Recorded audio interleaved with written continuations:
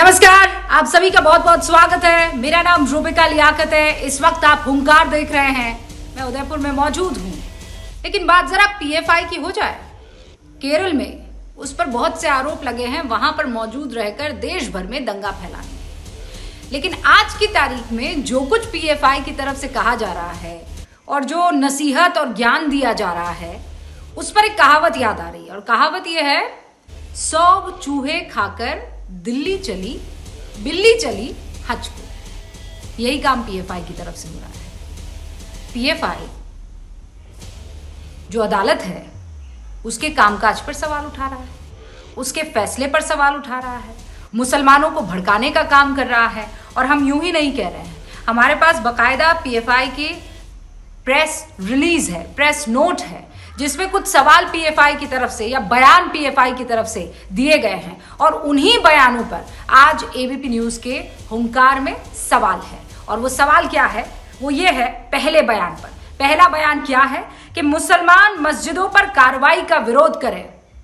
हमारा सवाल ये है कि क्या पीएफआई मुसलमानों को भड़का रहा है और क्यों? दूसरा बयान पीएफआई की तरफ से आता है कि मस्जिदों के खिलाफ याचिका कानून के खिलाफ है। तो पीएफआई अब कानून सिखाने की कोशिश संविधान को मानने वाले हिंदुस्तान को बताएगा। कानून में क्या सही क्या गलत, ये पीएफआई बताएगा। तीसरा बयान पीएफआई की तरफ से आता है कि कोर्ट को याचिकाएं मंजूर नहीं करनी चाहिए। पीएफआई कोर्ट को नसीहत देगा। उसके बाद बयान ये कि वजूखाने के इस्तेमाल पर प्रतिबंध जो है वो ठीक नहीं है, वो निराशाजनक है। तो कोर्ट के फैसले पर आप सवाल उठा रहे हैं पीएफआई से। हमारा ये बहुत सीधा सा सवाल है। फिर पांचवा बयान ये पीएफआई की तरफ से आता है कि कानूनी प्रक्रिया तोड़ने से अराजकता आएगी। तो हमारा सवाल ये है कि क्या पीएफआई हिंसा भड़काने की कोशिश कर रहा है? आज इन्हीं सवालों के इर्द गिर्द हुंकार, लेकिन सवाल सरकार से भी कि पीएफआई एक नहीं, दो नहीं, तीन नहीं, ऐसे सैकड़ों दर्जनों मामले हैं जिसमें लिप्त पाया गया है हिंदुस्तान में दंगा भड़काने के लिए। तो पीएफआई का कामकाज रोका क्यों नहीं जाता है? पीएफआई पर प्रतिबंध लगाया क्यों नहीं जाता है? सरकार से भी ये सवाल पूछना आज की तारीख में जरूरी है। लेकिन मैं आपको ये बता देती हूं कि आज इस मसले पर किसने क्या कहा है। सारे खास मेहमान हमारे साथ जुड़ चुके हैं। शलभ त्रिपाठी प्रवक्ता हैं बीजेपी के, हमारे साथ जुड़ चुके हैं। सैयद असीम वकार साहब जुड़ चुके हैं, जो कि प्रवक्ता है एआईएमआईएम के। अवनीजेश अवस्थी साहब हमारे साथ जुड़ चुके हैं, प्रोफेसर है दिल्ली यूनिवर्सिटी में। हमारे साथ शादाब चौहान जुड़ चुके हैं, जो कि मुख्य प्रवक्ता है पीस पार्टी के। हमारे साथ अतीकुर रहमान जुड़ चुके हैं, मुस्लिम स्कॉलर है। विशाल मिश्रा जुड़ चुके हैं, असिस्टेंट प्रोफेसर है दिल्ली यूनिवर्सिटी के। शलभ त्रिपाठी, शुरुआत मैं आपसे करना चाहती हूँ और एक बहुत सिंपल से सवाल के साथ। एक ऐसा संगठन जो 21 मई को भड़काऊ नारेबाजी करता है, एफआईआर उस पर दर्ज होती है। 16 अप्रैल को दिल्ली के जहांगीरपुरी में दंगे होते हैं, इस पीएफआई का नाम उसमें आता है। 10 अप्रैल को एमपी के खरगोन में हिंसा होती है, इस पीएफआई का उसमें नाम आता है। राजस्थान में करौली दंगे होते हैं, उसमें भी पीएफआई का नाम आता है। कर्नाटक में हिजाब पर जितने भी भड़काऊ कार्यक्रम होते हैं, उसमें भी बकायदा इसी पीएफआई का नाम आता है। और ये so on and so for चला जाता है। सरकार इस पीएफआई पर प्रतिबंध लगाने में डर क्यों रही है? जी, आपने शायद मुझसे सवाल पूछा है, मुझे आपकी आवाज नहीं मिल रही अभी। हाँ, आप ही से सवाल पूछा है शलभ त्रिपाठी।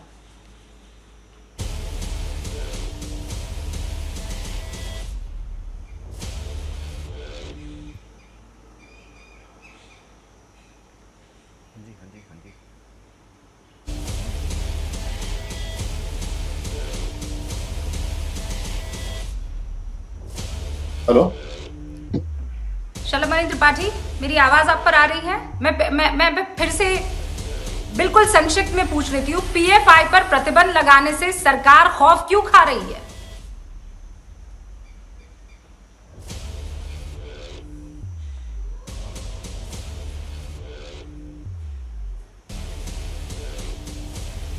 कुछ आवाज की दिक्कत है, जरा उनका रुख कर लेते हैं। ठीक करवाती हूँ मैं आवाज। लेकिन अवनीजेश अवस्थी जी, मुझे आ रही है आवाज पहुंच रही है। जी जी जी। शलभ मणि जी, मुझे ये बताइए कि आप लोग किसी तरह की कार्रवाई करने से पीएफआई पर बच क्यों रहे हैं? क्या खौफ है सरकार को कि पीएफआई को बैन नहीं कर पा रहे हैं आप? नहीं, देखिए, बैन करना एक अलग विषय है, लेकिन अगर कार्रवाई की बात करेंगी तो मैं कह सकता हूं कि पिछले 5 सालों के दौरान 2017 से लेकर 22 के दौरान आपने देखा होगा बहुत बड़े पैमाने पे कार्रवाई हुई है। जब हाथरस में एक दुखद घटना हुई थी तब भी इनके एक व्यक्ति पकड़े गए थे, और आपको याद हो इतने बड़े पैमाने पे कार्रवाई हुई थी कि राहुल गांधी जी वहां पर पहुंचे थे, घर जाकर वहां पर अपना अफसोस व्यक्त करके आए थे, और कोर्ट से कोई राहत नहीं मिली। इतनी मजबूत कार्रवाई उत्तर प्रदेश की सरकार, उत्तर प्रदेश की पुलिस ने की। इनकी एक एक गतिविधि पर हमारी नजर है, इनकी एक एक क्रियाकलाप पर हमारी नजर है। मुझे लगता है कि सैकड़ों की संख्या में गिरफ्तारी 2017 से लेकर 22 के बीच में की गई है, और अभी भी जिस बात को लेकर आप जिक्र कर रही हैं, मुझे लगता है कहीं ना कहीं इंटेलिजेंस इनपुट है, हमारे जो लोकल यूनिट्स हैं उनके पास भी इनपुट है, उसके आधार पर हम कार्रवाई कर रहे हैं। और यही कारण है, अगर आप देखेंगे तो 2017 से लेकर 2022 के बीच में पीएफआई अपनी किसी भी नापाक कोशिश में उत्तर प्रदेश के भीतर कामयाब नहीं हो पाया। एक पत्रकार बनकर, तथाकथित पत्रकार बनकर उनका एक कार्यकर्ता यहाँ पर आया था, नहीं हो उसके पाया। खिलाफ बहुत अच्छी कार्रवाई बात है कि कामयाब नहीं हो पाया, पर आप शलभ मणि त्रिपाठी जो मुझे बता रहे हैं वो आप बता रहे हैं कि हम इनकी ब्रांचेस काट रहे हैं। ये एक पेड़ है जो जहर फैला रहा है, हम इनकी टहनियों को, इनकी ब्रांचेस को काट रहे हैं। मैं कह रही हूँ आप जड़ पर वार क्यों नहीं कर पा रहे हैं? कौन रोक रहा है आपको? आप लोग तो मजबूत फैसले लेने के लिए जाने जाते हैं। अगर एक संगठन जिसको बकायदा हाई कोर्ट की तरफ से कह दिया गया है कि ये सांप्रदायिकता फैलाने वाला संगठन है, ये चरमपंथी संगठन है, तो बैन लेने से कतरा क्यों रहे हैं आप? नहीं रूबिका जी, कोई कतरा नहीं रहा। और जिस पेड़ की आप बात कर रही हैं, ये नफरत का वो पेड़ है जो काफी हद तक सूख चुका है। हाँ, कोशिश करते रहते हैं, सर उठाते रहते हैं, इनके इस तरह के नापाक इरादों के जो सर होते हैं उनको कुचलती भी रहती है सरकार। और अगर आप देखेंगे तो कहीं इनकी कोई भी कोशिश है, इस तरह कोई प्रयास इनका कामयाब नहीं हो पाया, ना हो पाएगा। लगातार कार्रवाइयां हुई हैं। जहां तक बैन करने की बात है, आपको पता है कि बैन करने को लेकर एक सभी का एक उसमें सबका एक सलाह चाहिए होती है, सबका राय मशवरा चाहिए होता है, ऑपोजिशन का भी चाहिए होता है, मामला कोर्ट में भी जाता है। तो आवश्यक ये है कि कार्रवाई हो, ऐसे लोगों के फन कुचले जाए, ऐसे लोगों के खिलाफ कार्रवाई चाहिए होता है। ठीक है, शादाब चौहान, क्या राय है आपकी? एक ऐसा संगठन जो मुसलमानों को भड़का रहा है, डरा रहा है, सुप्रीम कोर्ट को नसीहत देने की कोशिश कर रहा है, कोर्ट को ज्ञान देने की नसीहत कर रहा है, दंगों में जिसकी एक के बाद एक लिप्तता पाई जाती है, क्या करना चाहिए उस संगठन के खिलाफ? अगर कोई किसी संगठन के लोग किसी फसाद में शामिल हैं तो इस तरह से तो बड़े बड़े राजनीतिक दल, भारतीय जनता पार्टी, कांग्रेस, आरएसएस, ये सब बैन हो जाएंगे। दूसरी बात, ये कोर्ट के फैसले पर सवाल उठाने की बात है। आज ये बताइए, क्यूरेटिव पिटीशन या रिव्यू पिटीशन या लीगल रेमेडी की बात करना अपराध नहीं है, लेकिन जो वाराणसी कोर्ट ने जो फैसला लिया वो पूरी तरह संवैधानिक है। वो कंटेम्प्ट है बाबरी मस्जिद वर्डिक्ट का, वो वायलेट करता है प्लेसेस ऑफ वर्शिप एक्ट को। तो पॉपुलर फ्रंट ऑफ इंडिया ने जो यहां बात कही है, उन्होंने गलत बात नहीं, यही बात तो शादाब चौहान, असदुद्दीन ओवैसी और तमाम लोग लगातार कह रहे हैं कि यहां पर मस्जिद पर एक और डिमोलिशन करके बाबरी मस्जिद को रिपीट करने का प्रयास है और मस्जिदों को कब्जा करने का एक षड्यंत्र है, क्योंकि ये लोग सरकार नाकाम हो चुकी है महंगाई, बेरोजगारी, शिक्षा, स्वास्थ्य में। अब ये चाहती हैं कि फव्वारे को शिवलिंग बना दें। ये हर मस्जिद, अब जाकर अजमेर शरीफ पे सवाल खड़ा कर दिया, कल को जामा मस्जिद पे कहेंगे, अभी कुतुब मीनार पे कहा। ये तो चाहते हैं कि मुसलमानों को सेकंड क्लास सिटीजन बनाए और मुसलमानों के तमाम इबादत गाहों पर कब्जा करने का षड्यंत्र। कुतुब मीनार पर जो कहा है उसमें एएसआई की तरफ से क्या कहा गया है? आधा सत्य मत बोलिए। एएसआई की तरफ से क्या कहा गया है बताइए जरा देश को। मैं वही बता रहा हूं ना मैडम, एएसआई क्या कहता क्या नहीं कहता इसकी कोई वैल्यू नहीं है। यहाँ तक वही नहीं बता रहे हैं। सुन लीजिए क्या कहा है एएसआई ने। मैडम सुन लीजिए, अब जवाब सुन लीजिए। क्यों वैल्यू नहीं है? एएसआई की कोई वैल्यू नहीं है, पीएफआई की वैल्यू है। आप जवाब नहीं सुनेंगी तो कोई फायदा नहीं ना मैडम, पूरी बात सुन लीजिए। वाराणसी कोर्ट जो कहता है उसकी भी वैल्यू नहीं, क्योंकि बाबरी मस्जिद वर्डिक्ट में प्लेसेस ऑफ वर्शिप एक्ट को उसको इंपॉर्टेंट पार्ट माना है। आपकी कोई वैल्यू नहीं है भाई साहब, वो असंवैधानिक नहीं है। खबरदार जो आपने कोर्ट के खिलाफ एक शब्द भी यहाँ पर मैडम, असंवैधानिक है वाराणसी कोर्ट का फैसला। पूरे सर्वे की प्रक्रिया संवैधानिक है, कहा है उसकी कोई वैल्यू नहीं है। पूरी प्रक्रिया संवैधानिक है, मैं लीगल मानता हूँ। वाराणसी कोर्ट का एक एक फैसला पूरी तरह गलत है, हम उसके खिलाफ हैं। शादाब चौहान खिलाफ है, असदुद्दीन ओवैसी खिलाफ है और डॉक्टर अयूब खिलाफ है, सब लोग खिलाफ हैं। और जो भी हमारी इस लड़ाई में साथ देगा हम करेंगे। ये एक और डिमोलिशन बर्दाश्त नहीं करेंगे मैडम। आप तो आइडिया ऑफ इंडिया के खिलाफ हैं, आप तो आइडिया ऑफ मोहब्बत के खिलाफ है। आप तो आइडिया ऑफ गंगा जमनी तहजीब के खिलाफ है। आपको तो आइडिया ऑफ अफगानिस्तान पसंद है, आपको तो आइडिया ऑफ हिजाब पसंद है, आपको तो आइडिया ऑफ बुर्का पसंद है, आपको तो आइडिया ऑफ ट्रिपल तलाक पसंद है, आपको तो आइडिया ऑफ दबाव राजनीति पसंद है, आपको तो आइडिया ऑफ विक्टिम कार्ड पसंद है, आपको तो आइडिया ऑफ सिर्फ मुसलमान पसंद है। आपको इन तमाम आइडिया से मोहब्बत है, आपको हिंदुस्तान से मोहब्बत नहीं है, ये साफ तौर पर दिख रहा है। जो कोर्ट की प्रक्रिया पर सवाल उठा दे, उस शख्स के बारे में और डिटेल में बात क्या करनी है? कोर्ट जो डिसाइड करेगा वो होगा भाई साहब, दैट्स इट, और कुछ भी नहीं। आपने जय अवस्थी जी नहीं बनने देंगे, असंवैधानिक बता रहे हैं, शादाब चौहान कह रहे हैं कि सर्वे ही गलत है, पूरी तरह असंवैधानिक है। मोहब्बत में फव्वारा शिवलिंग नहीं बनने देंगे, ये जान लीजिए आप। एक और डिमोलिशन नहीं होगा, ये 1992 नहीं है जो आतंकियों ने मस्जिद को शहीद किया था। मुगलों की मोहब्बत में मैडम मुगलों से रिश्तेदारी दबा नहीं पाएंगे। कीजिए जितनी आपको मुगलों से मोहब्बत करनी है। मुगलों की अगर वो फव्वारा है, अगर वो आपके लिए फव्वारा है तो आपको मुगल मोहब्बत मुबारक हो भाई साहब। मुगलों की और क्षत्रियों की रिश्तेदारी है। वहाँ जो कुछ भी दिख रहा है वो सर्वे में दिखाया गया है। आपको डर क्यों लग रहा है सर्वे से? मुगलों की और क्षत्रियों की रिश्तेदारी है मैडम। आपको डर क्यों लग रहा है सर्वे से? थी आप परेशान मत होइए। मुगल और क्षत्रिय मुगलों की रिश्तेदारी का मतलब ये नहीं है कि आप शिवलिंग को फव्वारा कह दें। मोहब्बत का मतलब ये नहीं है कि आप मंदिर पर मस्जिद बना दें। मोहब्बत का मतलब ये नहीं है कि आपके लिए तो ला इलाहा इल्लल्लाह मुहम्मदुर रसूलुल्लाह है, लेकिन जहां जय श्री राम को भड़काऊ हो जाए। मोहब्बत का मतलब एक तरफा नहीं होता है, मोहब्बत का मतलब दो तरफा होता है। और इसीलिए आप इत्मीनान से बैठ जाइए और सुनिए जरा बात जो कह रहे हैं।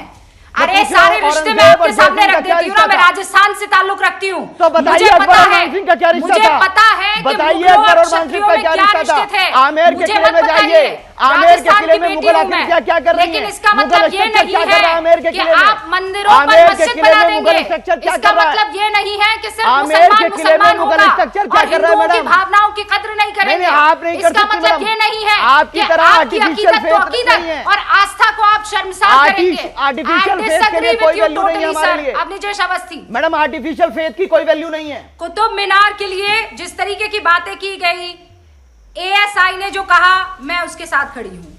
आप खड़ी रहिए, आप खड़ी रहिए, आप 2 मंजिलों पर खड़ी हो जाइए मैडम, आपको मुबारक। आप खड़ी रहिए, आपको मुबारक। मैं मस्जिद के साथ खड़ा हूँ, क्या मैं 7वें आसमान पर खड़ी रहूंगी? जल्दी जाइए, मुबारक आपको। हम कुछ नहीं कर सकते, सबको जाना है मैडम, सबको जाना है, कोई परेशानी है। रुबिका जी पहली बात तो ये है, नहीं कहा 7वें आसमान पर सबको जाना है। Do you understand? क्लाउड 9 का मतलब भी पता है थोड़ा तो अंग्रेजी की प्रभाव। आप ही ने कहा जाना है तो आप जाइए, आप ही ने कहा था ना, आप ही जा रही थी ना। जल्दी जाइए, बहुत तेजी से जाइए, एएसआई के साथ खड़े होइए, आप गुंडों के साथ खड़े हो जाइए। जो बाबरी मस्जिद को आतंकियों ने शहीद किया उसके साथ खड़ी है नहीं? बताइए आज देश गुंडा है, जो आतंकियों ने बाबरी मस्जिद को शहीद किया उसके साथ खड़ी है। जुबान को लगाम लगा लीजिए। आप आतंकियों के साथ फरिश्ता है। बाबरी मस्जिद को शहीद करने वाले आतंकियों के साथ हैं या नहीं? प्लीज बाबरी मस्जिद को शहीद करने वाले आतंकियों के साथ हैं या नहीं? बताइए आप, पूरा देश जानना चाहता है। रुबिका जी आपने कौन है आतंकी? बाबरी मस्जिद को शहीद करने वाले, बाबरी मस्जिद को शहीद करने वाले, परसों उसे उम्र कैद की सजा मिल गई है, वो को शहीद करने वाले, ठीक है। बाबरी मस्जिद को शहीद करने वाले, अब वहां पर मंदिर है, बाबरी मस्जिद अब वहां पर मंदिर है, और जो बाबरी मस्जिद के साथ हुआ है मैडम, मेरा गलत हुआ है। मैं सुनिए, मैं आपकी तरह डरपोक नहीं हूँ। आप डरपोक है, इसलिए मस्जिद को मस्जिद नहीं बोल सकती। आप आपके बिलीफ को रख दीजिए ना, आप पॉकेट में बंद करके। मुझे आपसे बात अभी नहीं करनी, आपने जो बात कह दी थी कह दी है। नहीं, आप डरपोक है, आपने बता दिया ये। आप बाबरी मस्जिद को गिराने वाले आतंकियों के खिलाफ एक शब्द नहीं बोल सकती। एक शब्द बोल के दिखाइए, आतंकियों के खिलाफ एक शब्द बोलिए। बाबरी मस्जिद को शहीद किए, शादाब आप बोलिए, एक शब्द बोलिए बाबरी मस्जिद को गिराने वाले आतंकियों। मैं बोलता मैं हूँ आपके सामने। इतना मैं बता देती हूँ आपको, वो आतंकी नहीं है, इतना मैं बता देती हूँ। हाँ, इसका मतलब आप आतंकियों का समर्थन कर रही हैं क्योंकि सरकार से आप डर रही हैं। आपको पता, आपकी जांच शादाब अब सुन लो, जांच हो जाएगी। शादाब अब सुन लो, इसीलिए आप आतंकियों को आतंकी नहीं कह रहे हैं। शादाब सुन लो, रुबिका नहीं है, Rubika enough is enough, enough is enough. आतंकियों को आतंकी नहीं बोलेंगी। शादाब अब सुनो, जिनको आप आतंकवादी कह रहे हो, आतंकी कह रहे हो, आप ये बताओ, हमारे नवम गुरु गुरु तेग बहादुर जी का जिसने शीश उतारा वो आतंकवादी था, हत्यारा था, लुटेरा था, बर्बर था, क्या था वो? जिसने गुरु गोविंद सिंह जी के छोटे जिसने छोटे गांधी जी बच्चों को मारा, अच्छा वो कौन बीच था? में नहीं, जिसने गांधी जी बीच को में मारा, नहीं, कौन था? बीच में नहीं, बहुत बोल लिए। नहीं, गांधी जी को गुरु मारा, गोविंद सिंह जी कौन के था? छोटे छोटे बच्चों को, सावरकर कौन जिंदा था? बच्चों को दीवार में चिनवा दिया।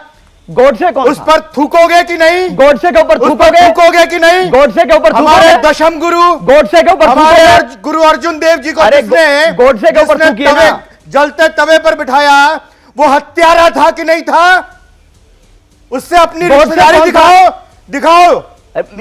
राजा जय सिंह से पूछो, राजा जय सिंह से पूछो, महाराणा प्रताप का क्या रिश्ता था अकबर पूछो, से? पूछो। क्षत्रिय महाराणा राजा जय सिंह प्रताप कौन थे? राजा मान सिंह क्षत्रिय कौन थे? महाराणा प्रताप का राजा मान क्या सिंह रिश्ता कौन था? थे? राजा मान अकबर सिंह से क्या कौन थे? रिश्ता था महाराणा राजा प्रताप मान का? सिंह कौन थे? महाराणा राजा मान प्रताप सिंह का क्या कौन थे? रिश्ता था? राजा मान सिंह कौन थे? अरे महाराणा मान सिंह और प्रताप अकबर का क्या रिश्ता? आप रहते होंगे मान सिंह रोड और पर अकबर का जाकर क्या के। रिश्ता? होगा मान 5 सिंह स्टार और होटल अकबर का पर क्या रिश्ता? होगा मान सिंह मान रोड सिंह और पर कोई अकबर का 5 क्या स्टार रिश्ता? होटल।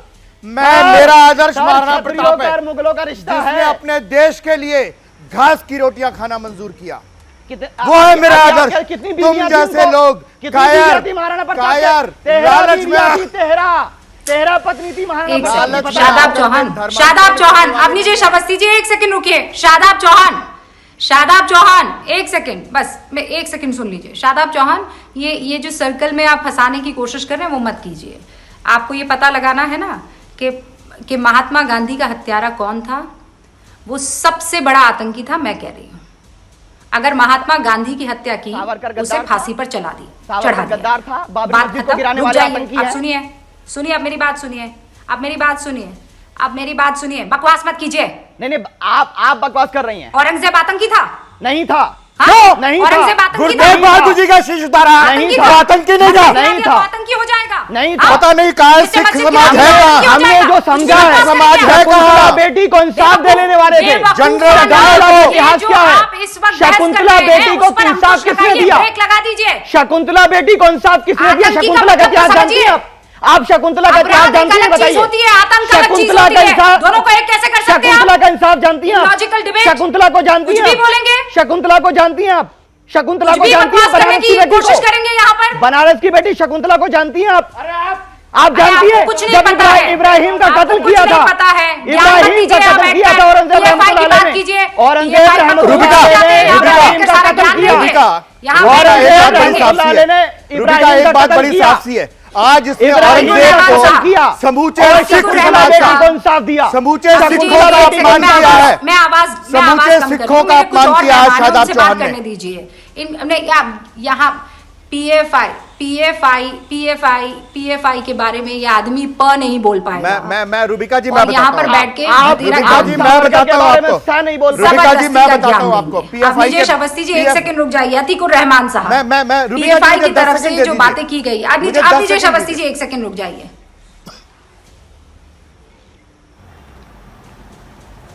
अतीकुर रहमान साहब जी, रुबिका जी, जो गड़बड़ी हो रही है उसके ऊपर कोर्ट फैसला लेगा।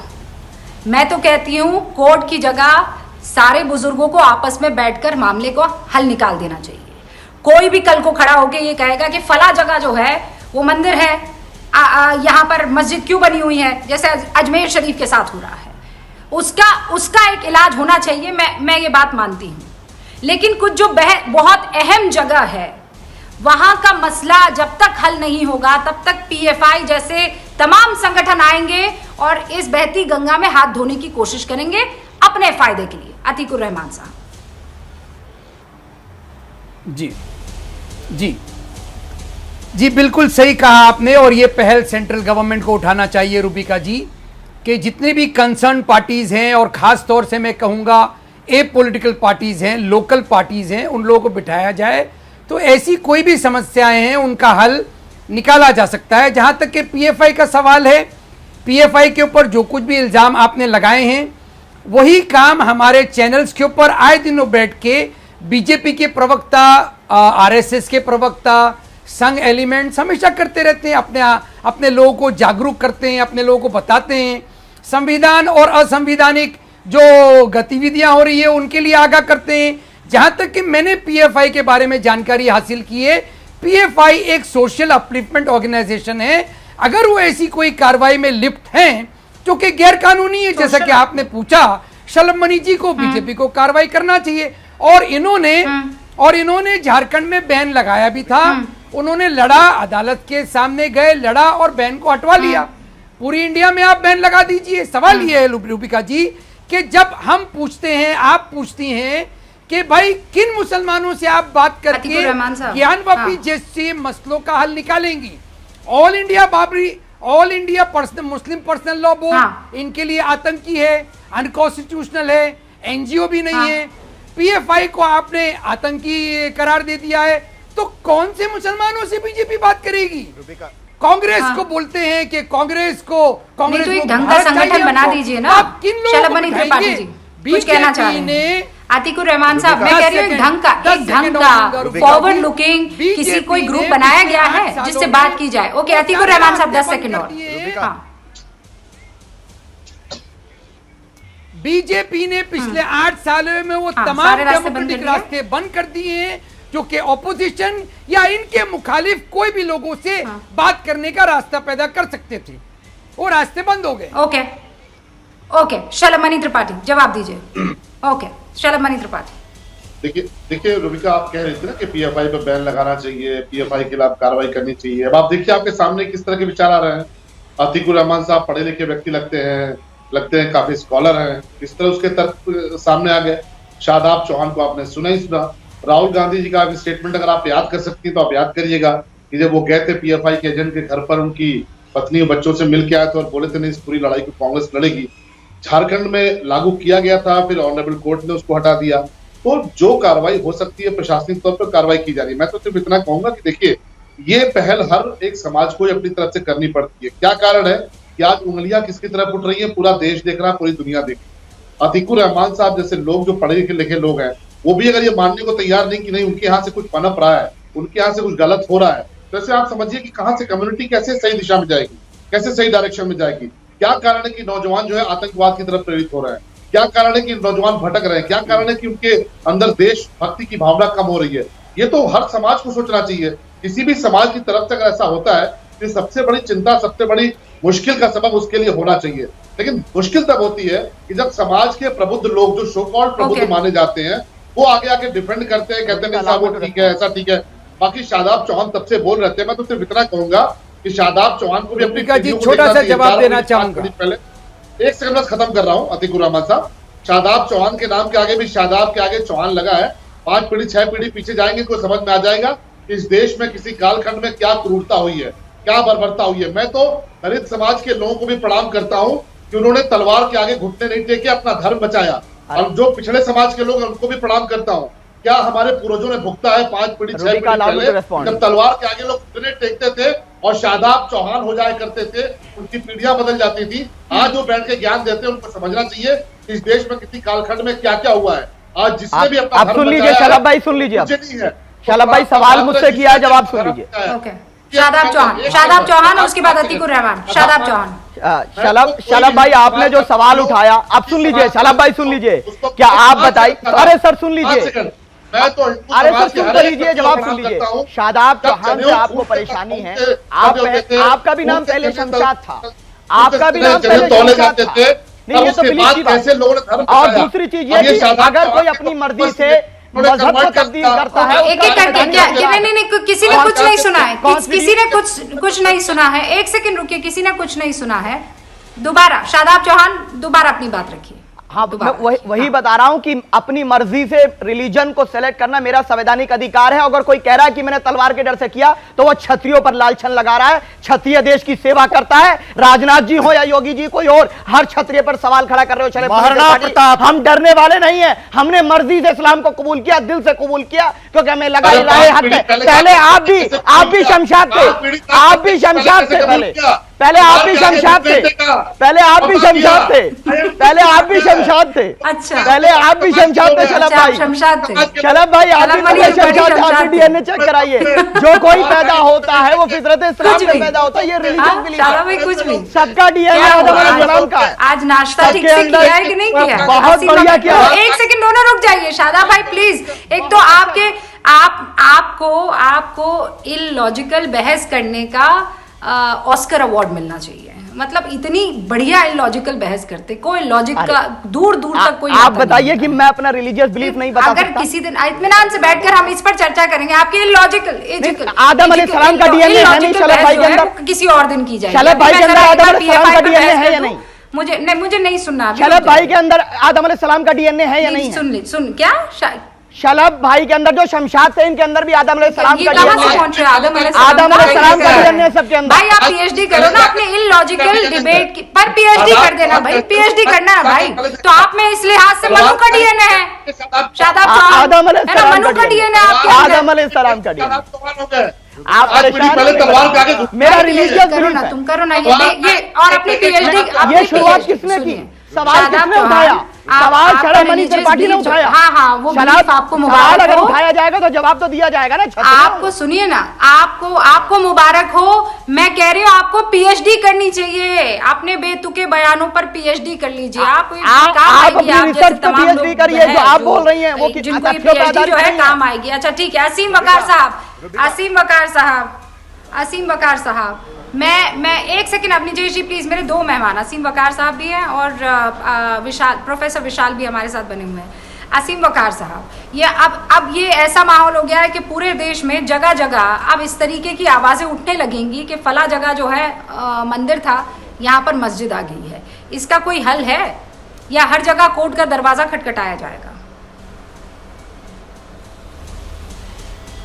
नहीं, हल तो मैडम बहुत बढ़िया है, बहुत ही बढ़िया, लेकिन आप उस हल को मानेंगी नहीं, क्योंकि अगर मेरा हल मान लेंगी तो सब नौकरियां ख़त्म।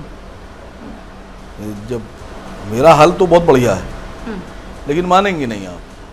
और मैं एक बात कहना चाहता हूं कि पूरे देश को एक ही काम पे लगा दीजिए। मैं तो कह रहा हूं अपने कैमरामैन को, अपने स्टाफ को भी लगा दीजिए कि हर तरफ खोजें। हाँ, पूरे देश में खोजिए, जो बनारस में खोजा है पूरे देश में खोजिए और हर आदमी खोजे, और पूरे देश में बिल्कुल खोज के सब शुरू कर दीजिए, खोजिए। मैं तो देख रहा था, आप तो माशाल्लाह से राजपूत हैं, मुझे मालूम है आप राजपूत हैं, लेकिन हम लोग मुगल नहीं हैं, और आप हिस्ट्री पढ़ लीजिए। मैंने इस बार जब डिबेट शुरू हुई है इधर इस ट्रैक पर, ताजमहल वाले पे, तो मैंने एक मुद्दा उठाया है कि मुसलमानों के रिश्तेदारियां मुगलों में कम हैं, राजपूतों की ज़्यादा हैं, अभी अवनीजेश अवस्थी जी को मैं देख रहा था। देखिए, सब हमारे देश के राजा हैं, हमारे लिए सब बराबर, सब हमारे इतिहास का हिस्सा हैं, हम सबकी इज्जत करते हैं। लेकिन अवनीजेश अवस्थी जी, अब पता नहीं अपने को प्रोफेसर लिखते हैं, क्या लिखते हैं, I don't know. Maharana Pratap ने जंगल में घास की रोटियां खाई, और महाराणा प्रताप के साहबजादे अमर सिंह जी ने शाहजहां से हाथ मिला लिया और 10,000 ही राजा बन गए, साथ साथ चलने लगे। 1500 घुड़सवार भी दे दिए उनको अपनी फौज के साथ चलने के लिए कि आप मेरी फौज भी आपके साथ चलेगी, जंग भी कीजिए। मेवाड़ की फौज थी उनके साथ, अपने कुछ रिश्तेदार भी दे दिए सेवा में। ये अवनीजेश अवस्थी जी बता नहीं रहे, आसिम वकार के रिश्तेदार नहीं थे। बताऊंगा ना, सुनने की हिम्मत रखना। आसिम वकार का कोई रिश्तेदार नहीं है। हमारी शादियां नहीं हुई है वहाँ, हमारी शादियां नहीं हुई हैं। मुगलों में लगभग 16 से ज्यादा राजकुमारियों से शादियां की हैं, राजकुमारियां वो जबरदस्ती सम्मानित राजकुमारियां, लेकिन हमारी रिश्तेदारियां कहाँ हैं? आप मुगल आप तो ये बताते हैं कि मुगल मुसलमान, वो हमें जानने में इंटरेस्ट भी नहीं है। मैं PFI पर और यहाँ जहाँ अलग अलग जगह पर बातें आ रही है, सुनिए तो बात तो सुनिए। ऐसा है, आप हिस्ट्री के अरे प्रोफेसर बात ही नहीं का सुन रही आप। आपको इसी के पैसे लेती हैं मैडम, थोड़ी बुलाया है। आप बात भी सुनिएगा मेरी। मैं अवनीजेश अवस्थी जी से पूछ रहा हूँ। अरे मैं बता रहा हूँ ना, सुनिए तो। रुबिका जी, उस पर आप बहस कीजिए ना, उस पर अपना मैडम, बयान दीजिए ना, उस पर बयान देने से क्यों कतरा रहे हैं? रुबिका राजपूत, लेकिन उनके लिए लड़ कौन रहा था? वो जो आक्रांता थे वो तो दिल्ली बैठे थे। आक्रांताओं की फौज के सिपहसालार तो मान सिंह थे, आक्रांताओं की फौज के आगे तो मान सिंह चल रहे थे अपनी फौजें लेकर, और महाराणा प्रताप के खिलाफ जो आक्रांता और आतंकवादी लड़ रहे थे उनको तो मान सिंह ने हराया है। मान सिंह ने महाराणा प्रताप को हरा दिया, और जो महाराणा प्रताप की तरफ से जिन्होंने जाने दी हैं वो हकीम खान सूरी, शेर शाह सूरी का वंशज, आतंकियों के आप बता रही हैं आतंकी, वो अवरिजेश बोल रहे हैं आतंकी, डाकू, आक्रांता। Yes. आक्रांता और आतंकी और डाकू थे, उनकी फौज की जिम्मेदारी तो मान सिंह उठाए हुए थे। अरे भैया आज भी हैं ऐसे कुछ मान सिंह। शाहजहां की फौज की जिम्मेदारी जय सिंह उठाए हुए थे। अरे आज भी है मान सिंह औरंगजेब कुछ की ऐसे। फौज की जिम्मेदारी जय सिंह उठाए हुए थे। आज भी कुछ मान सिंह हैं, जयचंद फिर? आज भी हैं। जयचंद इतिहास जरा का दो पात्र गालियां नहीं बकिए, है। एक मिनट बोलिए, एक मिनट। जयचंद की अरे परंपरा बोलिए, है। दो गालियां और बकिए। सुन लीजिए नहीं, सुन बोलिए, लीजिए दो ऐसी गालियां बात- बकिए जरा अरे एक बार। बहुत भाषण दे लिया ना, अब आप सुन लीजिए वंशजों दो की बात- गालियां बकिए, ऐसे अरे नहीं भैया सुनूंगा। पुत्रों वंशजों क्या- की बात क्या मैं कोई नहीं कर सुनूंगा रहा। यार? अब मैं कहूंगा आपने आता कहा है, तब ये 600 साल 600 साल नहीं, मुसलमानों का इतिहास राज क्यों किया, ना, बहादुर शाह ज्योग्राफी जफर क्यों? का वंशज आज रिक्शा चला रहा ना है भारत चाई चौक क्यों? में, चाई चौक में रिक्शा ना चलाता है हिंदुओं बहादुर के हो, शाह ना जफर का। मुसलमानों के हो, ना वंशज देश में के हो, उस पे बात नहीं तुम्हारी क्या करना सुनेंगे चाहता भाई था। हम? मैं उस पर बात नहीं करना चाहता कि वो बहादुर शाह आता जफर है, के तब ये क्यों बात वंशज नहीं आज करोगे? मुगल क्या कर बात रहे क्यों नहीं हैं, करोगे? आज मुगल क्यों क्या बात कर नहीं रहे करोगे? हैं, भीख मांग रहे हैं, रिक्शा चला रहे हैं, अब क्या कर रहे हैं, मुसलमान उस पर बता मैं रहे बात हैं नहीं करना रिश्तेदारियां चाहता। मुगलों से, मैं बात सिर्फ इस बात पर राजपूतों कर की, रहा हूं और कि तुम्हारे जिस खानदान PFI की, को तो तुम जिस बात नहीं PFI करोगे। को अतीकुर रहमान मैं ने पूछ रहा सामाजिक हूं संगठन आक्रांताओं बताया, की और उसको आतंकियों किसी की फौज का RSS या बीजेपी ने सिपहसालार नहीं, कौन था? आपकी पसंदीदा पार्टी CPM के मुख्यमंत्री ने क्या कहा उस पर गौर करनी बैठकर थी। यहाँ बात करते केरल हो। हाई कोर्ट ने क्या कहा, जिस PFI ने जोसेफ के हाथ काटे थे अतीकुर रहमान के लिए, वो सामाजिक संगठन है। किस बात पर? सिर्फ उसने एक प्रश्न पत्र पे मोहम्मद लिख दिया था। सरकार में कौन बैठा है PFI को रोकने के लिए? CPM मोदी जी बैठे हैं, आसिम बकार नहीं बैठे हाँ, हैं। अब सुन लीजिए आप। तो आसिम बकार से क्या लड़ रहे हो? तो मोदी जी के लीजिए खिलाफ ना। धरना निकालो। अरे सुन लीजिए ना, सुन लीजिए। मोदी जी के खिलाफ मोर्चा निकालो। हाँ सुन लीजिए। गाली बकना है अरे तो जो होगा, सरकार होगा, में सब उसको होगा, बको। सब होगा। ऐसा है आसिम बकार की जिम्मेदारी नहीं है PFI से PFI पहले की। सिमी था, सिमी पे बैन लगा, कुछ नहीं होगा, डरपोक आदमी हो तुम। PFI पे बैन लगाओ SDPI बन जाएगा, SDPI पे बैन लगाओ कुछ और बन जाएगा। अब संगठनों पे PFI पे प्रतिबंध नहीं कौन है लगेगा। मोदी जी से बैन अब लगाए? आदमियों पे प्रतिबंध लगेगा, अपराधियों का डाटाबेस तैयार होगा। सरकार में मोदी समझे जी ना? हैं, अमित शाह साहब हैं, एक एक लड़ाई लड़ आदमी रहे का हो आसिम बकार डाटाबेस से। तैयार होगा। ये नहीं कि नाम बदल लिया, कल को दोगले लश्करे पने की तैयबा बात करते थे, हैं बैठकर आज यहाँ। जमायते उल हिंद टीवी या के आज कुछ ऊपर। और हो गए, ये नहीं और चलेगा। वहां उसको शदाब को दबाए एक ले रहे हो। संगठन का नाम बदल करके और सारे अपराधों से बच गए, ये नहीं होगा। अब मैं पूछ रहा हूं, आतंकी अगर मुगल थे तो उनकी फौज का सिपहसालार कौन था?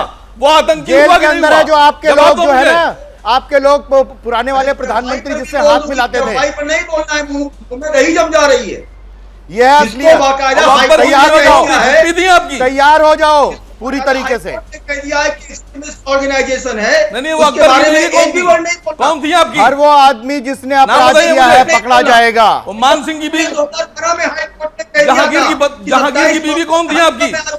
जरा रिश्तेदारी बताइए आप अरे मुझे यहाँ पर बहुत- टीवी पर। अरे बताइए आजकल और बहादुर शाह रूबिका जफर लियाकत जी से कहता हूँ, आइए का रिश्तेदारी बहादुर बताइए शाह अपनी। जफर का वंशज क्या कर रहा है बताइए। आपको इतिहास की जानकारी मुगलों की बता रहे थे आप, बताइए। अच्छा मैं रोकना चाहूंगी साइकिल रिक्शा चला रहा है। अवनी जैश जी, आसिम वकार साहब, मैं रोकना चाहूंगी आप लोगों को। इस वक्त एक बड़ी खबर आ रही है, आपको बड़ी खबर दे देते हैं हम। दरअसल ज्ञानवापी का मामला जो लगातार अदालत में चल रहा है, इसी को लेकर एक और याचिका जो अदालत में पहुंची जिस पर सुनवाई जारी है। दरअसल ज्ञानवापी में जो सर्वे हुआ था उसी की तस्वीरें सार्वजनिक करने का विरोध, मस्जिद कमेटी की तरफ से वो सर्वे वाली तस्वीरें सार्वजनिक करने का विरोध किया जा रहा है। हिंदू पक्ष कह रहा है कि तस्वीरें वीडियो सौंपी जाएं। देखिए अदालत की तरफ से दोनों पक्षों को तो सर्वे रिपोर्ट दे दी गई थी, लेकिन अब वो जो साक्ष्य हैं, वीडियोग्राफी, फोटोग्राफ्स, उनको सार्वजनिक करने को लेकर जो हिंदू पक्ष की तरफ से मांग की जा रही है, उसी का विरोध मुस्लिम पक्ष की तरफ से किया जा रहा है। 30 मई को मिलेगी सर्वे की रिपोर्ट। इस वक्त की बड़ी खबर, ज्ञानवापी में सर्वे की तस्वीरें सौंपने का यह मामला जो अदालत में पहुंचा। मस्जिद कमेटी ने तस्वीरें सार्वजनिक करने का विरोध किया और अब जानकारी ये सामने आ रही है 30 मई को मिलेगी सर्वे रिपोर्ट। ज्ञानवापी सर्वे की तस्वीरें आज जारी नहीं होंगी, 30 मई को दोनों पक्षों को ये तस्वीरें दी जाएंगी। हालांकि मुस्लिम पक्ष की तरफ से इसका विरोध किया जा रहा था, हिंदू पक्ष कह रहा है तस्वीरें वीडियो सौंपी जाएं। हिंदू पक्ष उसकी मांग कर रहा है।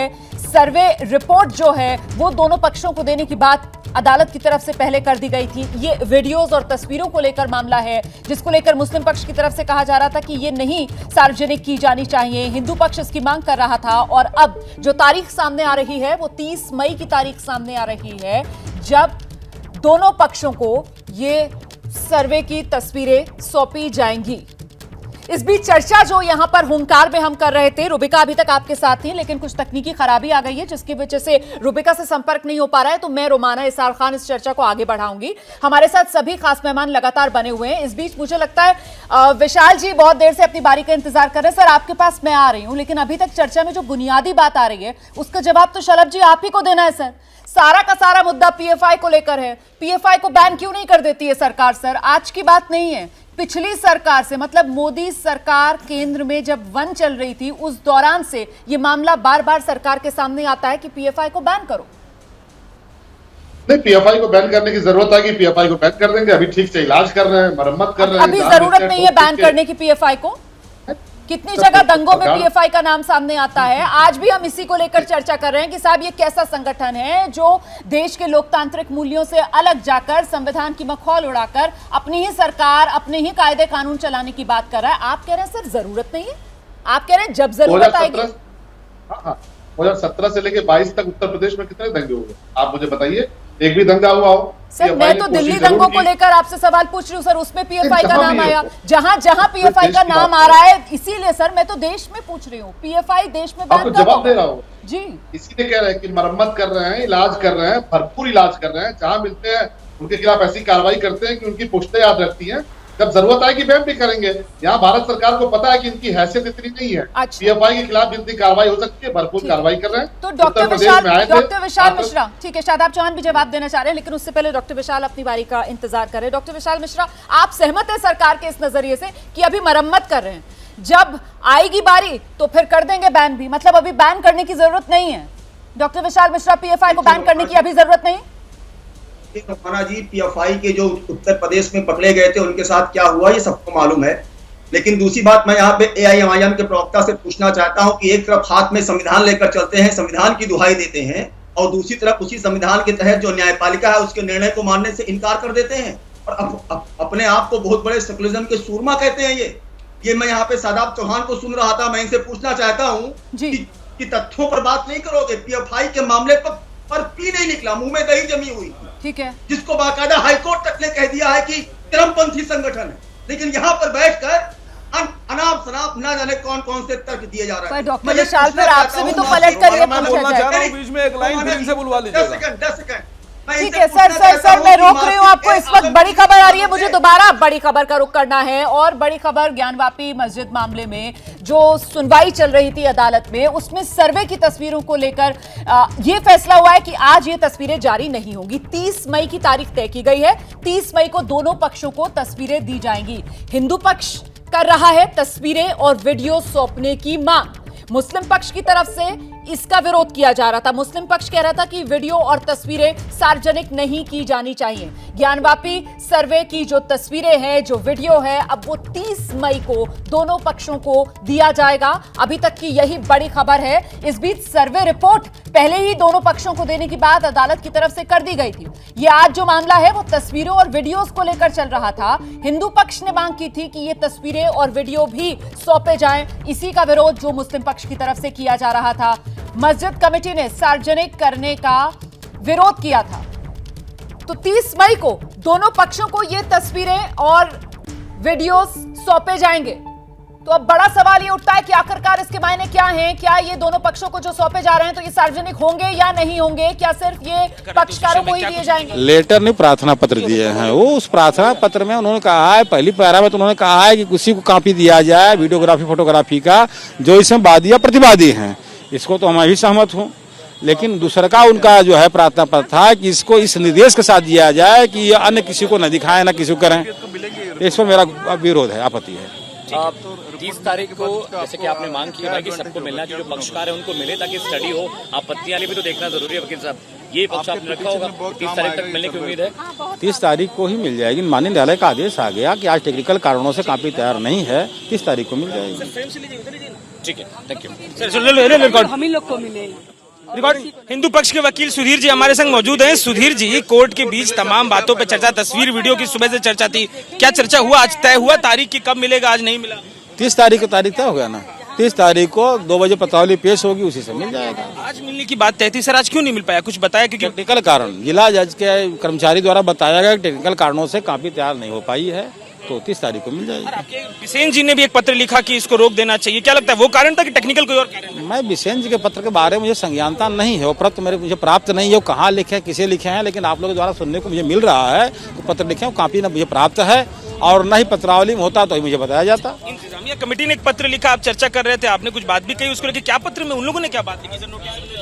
इंतजामिया कमेटी द्वारा प्रार्थना पत्र दिया गया है कि पहला पैरा में तुमने लिखा है कि कॉपी वादिनी या प्रतिवादिनी को ही मिले जो प्रतिवादी हैं, ये तो हम मेरी भी सहमति है, लेकिन दूसरा का पैरा में उन्होंने लिखा है कि और अपने प्रेयर प्रार्थना में किया है कि कॉपी इस निर्देश के साथ मिले कि सिर्फ वादी और प्रतिवादिनी ही पढ़ें, देखें और कोई ना देखे, अत्यंत गोपनीय रखा जाए। हमने कहा संभव नहीं है, इसलिए मैंने इस पर घोरापत्ति किया है। हाँ, मौखिक विरोध दर्ज कराया, मैं सुन रहा था, तो क्या किया हूँ, मैं लिखित घोरापत्ति कर दिया उसको। क्या आप क्या चाह रहे हैं? आप क्या चाह रहे हैं? क्या बात हुई? ऐसा न्यायालय कोई निर्देश जो संभव हो सके, वह कॉपी जो मिलेगा, बट नेचुरल है, CD कैसेट लगाया जाएगा, देखा जाएगा, तब तो आपत्ति लिखी जाएगी। स्टाफ हैं, अन्य लोग हैं, देखेंगे तब तो हो पाएगा। आप मान के चल रहे 30 को हम आएंगे तो वीडियोग्राफी फोटोग्राफी उपलब्ध कराई जाएगी? हाँ, माननीय न्यायालय का आदेश है तो उपलब्ध कराई जाएगी। देखिए, वकील हिंदू पक्ष के सुधीर हैं जो बता रहे हैं कि अंदर क्या कुछ हुआ, और अब उम्मीद है कि 30 को मिल पाएगा जो भी दस्तावेज उनकी अपेक्षाओं में है। कैमरामैन निखिल रस्तोगी के संग अजय दुबे, AP न्यूज। तो बड़ी खबर इस वक्त की यही है कि 30 तारीख तय हुई है। 30 तारीख को दोनों पक्षों को जो सर्वे की वीडियोग्राफी और तस्वीरें हैं वो सौंप दी जाएंगी। आज तकनीकी कारणों की वजह से ये नहीं सौंपा जा सका, और इस बीच हिंदू पक्ष के वकील जानकारी ये दे रहे थे कि मुस्लिम पक्ष की तरफ से जो प्रार्थना लगाई गई थी उसमें 2 बातें कही गई थी। एक तो ये कि जो कॉपी है वो वादी और प्रतिवादी को मिले, इस बात को लेकर हिंदू पक्ष भी सहमत था, और दूसरी बात जो मुस्लिम पक्ष की तरफ से कही गई थी कि साहब सार्वजनिक ना की जाए, गोपनीय रखा जाए इन तस्वीरों और वीडियो को, जिससे हिंदू पक्ष सहमत नहीं था। हम सीधे आपको लेकर चलते हैं, मेरे सहयोगी अजय दुबे इस वक्त हमारे साथ मौजूद है। अजय, तो मुस्लिम पक्ष की तरफ से वो जो दूसरी प्रार्थना लगाई गई थी जिसको लेकर हिंदू पक्ष सहमत नहीं था कि सार्वजनिक ना किया जाए, गोपनीय रखा जाए, उस पर मतलब 30 तारीख को जब ये वीडियो फोटोज दी जाएंगी वादी प्रतिवादी को, तो फिर अदालत की तरफ से कोई फैसला लिया जाएगा? देखिए, मुस्लिम पक्ष की मांग का जो हिस्सा था उसमें भी ये बात मेंशन थी कि वादी प्रतिवादी केवल इन्हें ही उपलब्ध कराया जाए। मैं लेटर जो मेरे पास एक्सक्लूसिवली एबीपी न्यूज के पास उपलब्ध है उसका एक हिस्सा पढ़ूं तो उसमें उन्होंने यही बात मेंशन की है। ये भी मेंशन किया है कि जो तमाम और भी आवेदक इस मामले में हैं उसमें बहुत सारे न्यूज चैनलों से जुड़े हैं, तो ऐसी तरीके से वीडियोग्राफी फोटोग्राफी को सार्वजनिक ना किया जाए। तो ये बात कोर्ट में जब पहुंचे, पहले हिंदू पक्ष जब पहुंचा, सबसे पहले जो हिंदू पक्ष के वकील हैं सुधीर पहुंचे, मैं पूरी प्रोसेस पूरी प्रक्रिया आपको बताऊं, फिर इंतजामिया कमेटी के दूसरे एक वकील पहुंचे, उन्होंने अपनी तरफ से जो वो प्रार्थना पत्र नोटिस था वो कोर्ट में दिया, सुधीर जी ने वो लेटर लिया, दोनों में आपस में चर्चा हुई, उन्होंने बोला कि ये बात टिकेगी नहीं, इस बात पे मैं आपत्ति दर्ज कराऊंगा। लगभग 15 मिनट तक कोर्ट के अंदर दोनों पक्ष के जो वकील थे आपस में हास परिहास कुछ मौखिक चर्चा करते रहे, जज तब तक कोर्ट में आए नहीं। उसके बाद जो कोर्ट के उस चैम्बर में मौजूद एक दूसरे लीगल अधिकारी थे जो जज के संग वहां पर सहयोगी के तौर पर काम करते हैं, वो उठे, वो एक दूसरे कमरे में गए, बाहर निकल के आए, उन्होंने बताया कि निर्धारित हुआ है कि 30 तारीख को वीडियोग्राफी और फोटो जो भी चीजें हैं वो उपलब्ध कराई जाएंगी। आज ना मिलने का कारण बड़ी चर्चा में था सुबह से कि क्या बिसेन जो कि एक दूसरे वकील ने उन्होंने जो पत्र लिखा है क्या उसके चलते नहीं मिल पा रहा, तो कहा गया कि नहीं, टेक्निकल कारणों से ये आज नहीं दिया जा रहा है, लेकिन 30 तारीख को इसे अब उपलब्ध कराया जाएगा। ये पूरी चर्चा हुई। उसके बाद दोनों जो वकील थे वहां से बाहर निकल आए, हिंदू पक्ष के वकील सुधीर, वो कह रहे हैं कि लेकिन मैं जिस सवाल का जवाब जानना चाह रही थी अजय दुबे, छोटे से ब्रेक के बाद जब लौटेंगे तो फिर से वही सवाल आपके सामने रखूंगी कि 30 तारीख को वादी प्रतिवादी को ये सर्वे की वीडियोग्राफी फोटोग्राफ्स तो मिल जाएंगे, लेकिन क्या सार्वजनिक ना करने और गोपनीय बनाए रखने की शर्त के साथ, या ऐसी कोई शर्त अदालत की तरफ से नहीं लगाई गई है?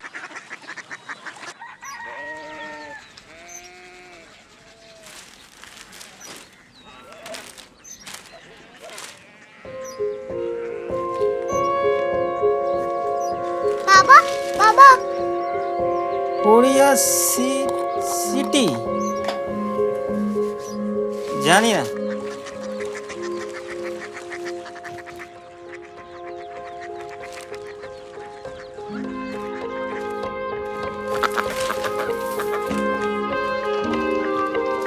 Korea city. हाँ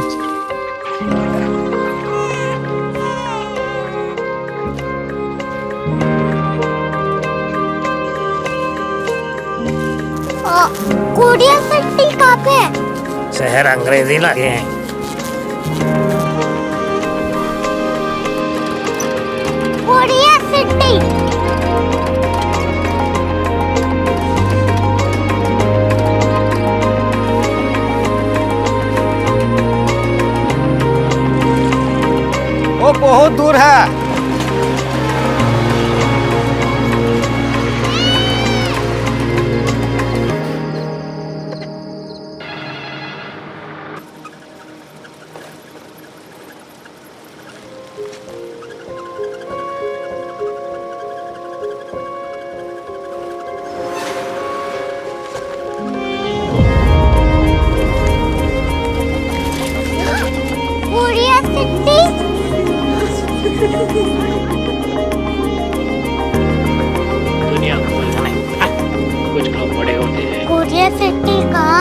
प्रोफेसर साहब को पता होगा।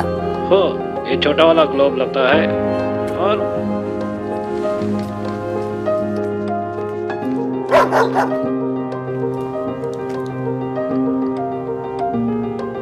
पता नहीं, मेरी बेटी से जाके मिल लो, शायद उसे मालूम हो।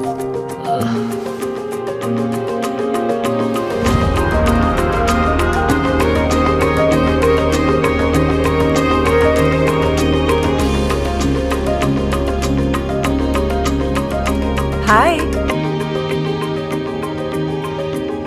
बाबा ने भेजा है। Come here. Korea city. Korea city नहीं, क्यूरियोसिटी। वो क्या? That's what brought you here? जो तुम्हें यहाँ तक ले आया। क्यूरियोसिटी।